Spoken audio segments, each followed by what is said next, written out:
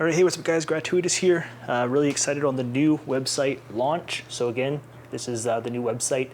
You guys can come here to the course pathways. So I'm gonna be updating this a little bit in terms of organization of the courses. But again, if you're a member, you just get to take your time as you go through all that. Here is the help area. Really excited to launch this. This is going to be for the Audio Oxygen Pro template.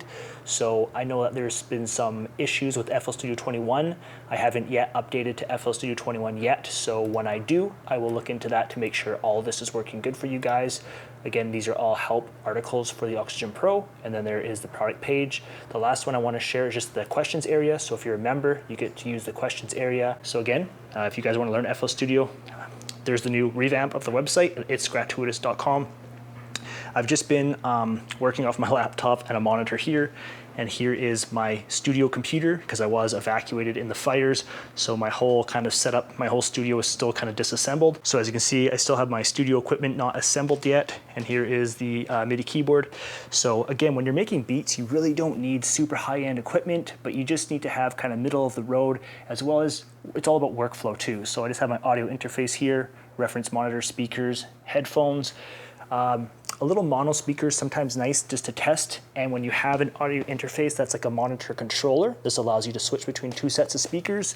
I can quickly kind of switch to this one just for a nice reference in the studio. And then again, here is the Oxygen Pro, and like I mentioned about FL Studio 21, I'll make sure to look into these transport buttons for you guys. Right here, making sure everything's working. So far, I've really enjoyed my time with this Oxygen Pro, so I'll talk more about that in coming videos. Okay, so here is the studio. It's totally disassembled, and the goal that I want to do here is just reassemble the studio and share with you how to rebuild it, okay?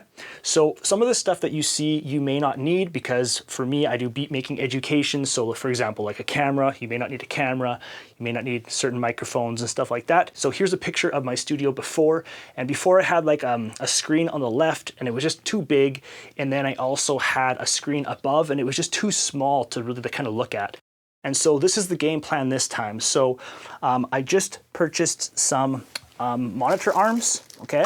This one's on a single monitor arm, and I was hoping that when I purchased these other ones that they were just gonna be able to slide on top of here, but it was not gonna work, which is okay. So I'm just gonna have to install the full product, okay? So I'll explain that as we go, because what I wanna do is I wanna have a screen right here, which is what you guys see. So when I'm doing these FL Studio courses, you guys only see one screen. Okay, so this is the one that I'm working with.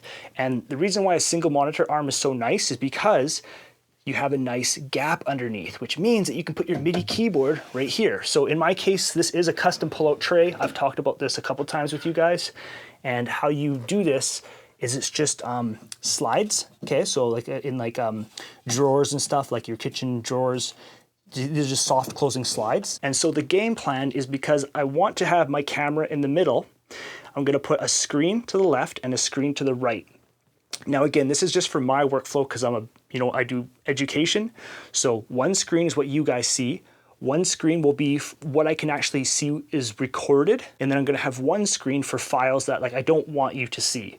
So FL Studio, recording, files.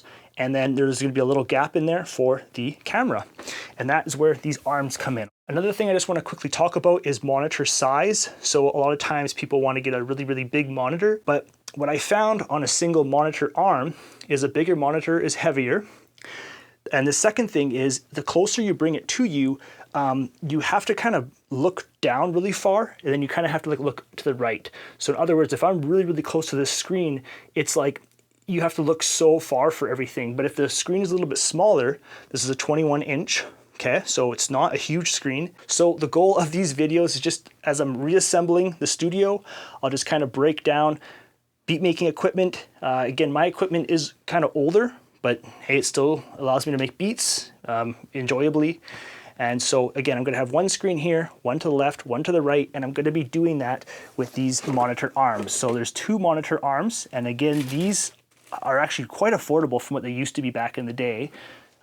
So my goal is just to kind of assemble it somewhere. I just have to be careful of this so that it's not hitting, but I want the monitor arms so that everything here can kind of work together. And as you can see, I just have a screen right here. When I was purchasing this monitor, there was like 2 of the exact same version. One was like a personal version, one was like a business version. And the business version, it came with extra cables, like to plug in, because a problem with a lot of new video cards today is they have a lot of DisplayPort, not so much HDMI, whereas a lot of lower end computer monitors, you know, stuff like this, like a lot of them only take like an HDMI input. So this video was just kind of an introduction to the broken down studio, which we're going to reassemble. The goal is to set up these arms to get 3 computer screens, and then we'll move forward into more of the beat making equipment. But just to kind of walk you through the whole process, because it is about working in comfort. For me, I always like one of these pull-out trays. It has this little piece of wood here for extra support. So if I move it, it's very, very sturdy. This right here, this was kind of like a kitchen tile that I had laying around. So that's good for, you know, static. You usually don't want to put like your computer on the carpet. There's my sub in the back, right? I always talk to you guys about when you're making beats, it's always nice to have a sub to hear that low end. When I was doing courses, there was kind of like a squeak going on. So I'm just going to loosen this and try to straighten them. Again, visit me over at itsgratuitous.com. The new revamp is there for you guys to learn FL Studio, take advantage of the course pathways, as well as the questions area. And I'll talk to you in the next video of this studio assembly, this kind of little series here. Are you looking for an easy way to learn how to actually make beats with FL Studio? Check out my FL Studio beginners book. Just go to itsgratuitous.com/beginner.